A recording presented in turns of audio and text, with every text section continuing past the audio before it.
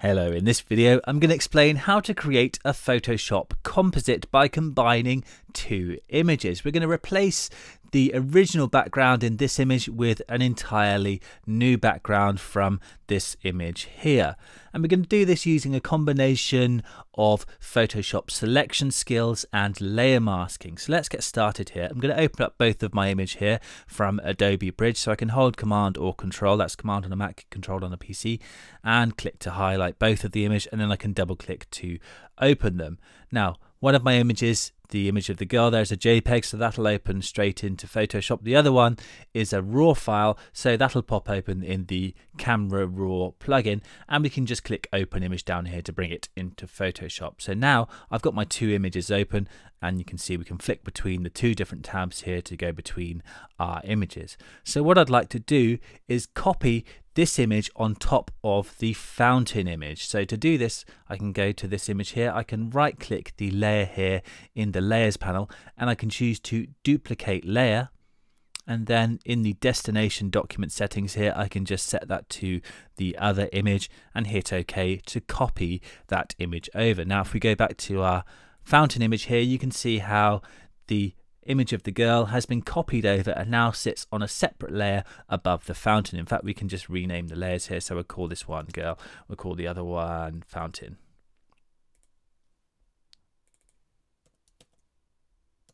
Now we can just grab the move tool and we can use that to reposition our girl layer here. So I'm just going to drag it down to the bottom here and get it somewhere central like this. And let's just bring our image full screen. Then we can start editing it. So to isolate the subject here, we need to use a selection tool. Now you'll find an array of selection tools in the tools panel over here. First of all, we have the simple selection tools like the rectangular tool. Then we have the lasso tools here. And below this we have the quick selection tool and the magic wand tool. And we're going to use the quick selection tool for this, which works like a paintbrush. We can paint over parts of an image and the tool will try and snap on to the edges. So it's going to seek out the edges as we paint. So you can see I can begin painting over the face here, and the tool actually does a pretty good job of snapping onto the edges of the hair. So I can do the same around this side.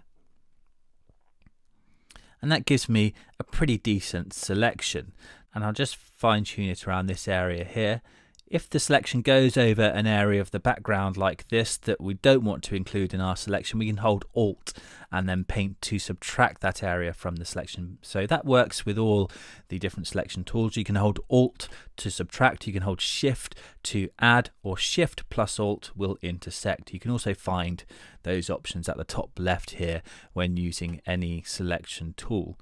So once we've got a decent selection here, this is a pretty good starting point to enhance our selection edge.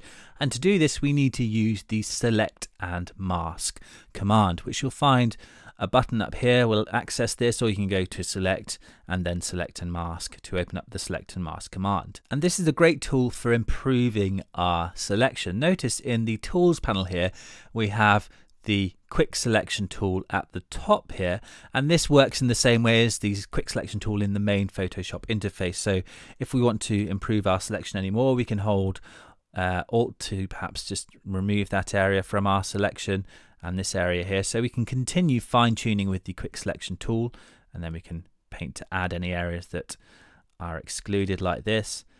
Let's perhaps exclude these areas down here again by holding Alt and painting.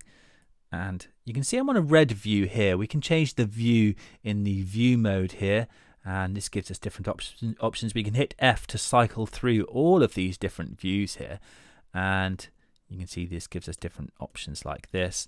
I think I quite like this onion skin view here, and this is really useful when you're trying to blend two different layers here as we are, because we can use the transparency slider here to change the transparency of that area. So we can see how our image is going to blend with the background image of the building on the layer below. So I'm going to bring the transparency to around about there, I think, and then we can start enhancing the edge, because at the moment it's looking quite hard and unrealistic, but we can use the settings here to improve that. First of all, this radius slider here is really important because this increases the area of refinement along the edge. If we increase the radius here, then we increase the area of refinement. And you can see how we start to pick up a few more hairs around the edge of the head here. If I check this option to show edge, you can see exactly where our radius is operating around this area of the image here. So if we drag that down, you can see the radius gets smaller, so the area of refinement shrinks, or we can drag it upwards to increase the area of refinement like this.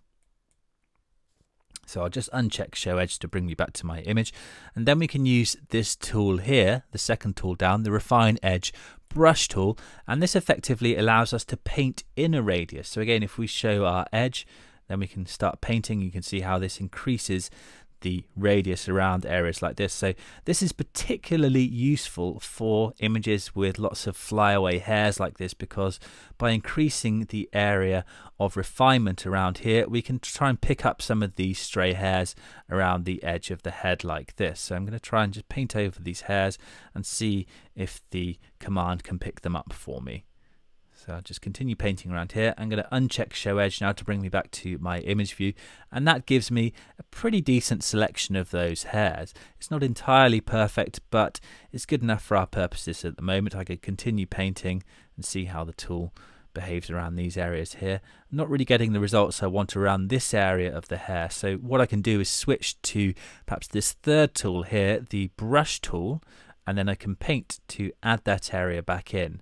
So you can see this just gives me free hand control over what's either visible or hidden. So I'm going to paint to reveal that area, and once I've revealed it, hopefully I can then go back to my refine radius tool and get a better result. So I'm just going to reveal that whole section there, and then I'll go back to my refine edge brush tool and paint over this area and try and get a better result. And that's looking much nicer. And if we bring that transparency all the way up to 100, you can see exactly how we're able to blend in our two images. So I'm pretty happy with that now. I think I'll go down to my output options down here, and we can choose to output to a selection, or more usefully in this instance, we can choose to output to a layer mask. So this will convert our selection to a layer mask, and then if we hit OK, you can see now our image has a layer mask attached to it, and all the areas in black are going to be completely hidden.